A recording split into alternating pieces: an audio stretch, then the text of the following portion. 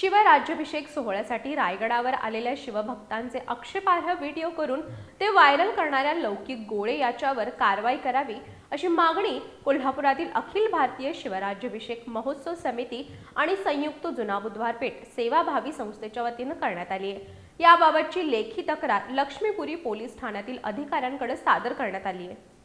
किल्ले रायगडावर 6 जून रोजी शिवराज्याभिषेक सोहळा मोठ्या उत्साहात संपन्न झाला।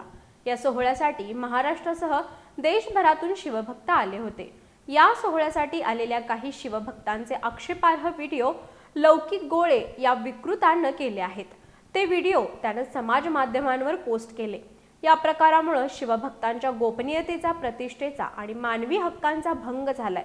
त्यामुळे लौकिक गोळे या विकृत व्यक्तीवर या प्रकरणी कठोर कायदेशीर कारवाई करावी अशी मागणी कोल्हापुरातील अखिल भारतीय शिवराज्याभिषेक महोत्सव समिती आणि संयुक्त जुना बुधवार पेठ सेवाभावी संस्थेच्या वतीने करण्यात आली आहे। या समितीच्या वतीने त्याच्या विरोधात लक्ष्मीपुरी पोलीस ठाण्याचे उपनिरीक्षक प्रमोद खाडे यांच्याकडे लेखी तक्रार दाखल करण्यात आली आहे। यावेळी माजी उपमहापौर तसेच संयुक्त जुना बुधवार पेठेचे अध्यक्ष दिगंबर फराकटे, अखिल भारतीय शिवराज्याभिषेक समितीचे कार्याध्यक्ष हेमंत साळोके, संदीप देसाई, सुशील भांदिंगरे, अविनाश साळोके, गणेश जाधव, संजय गायकवाड, रणजित पाटील, अभिजित पाटील, अक्षय बुचडे, शक्ती चिले, आदित्य दळवी, शुभम रोकडे, वल्लभ पाटील, यश दुधगावकर, प्रेम संगपाळ, प्रथमेश परीट यांच्यासह पदाधिकारी आणि कार्यकर्ते उपस्थित होते।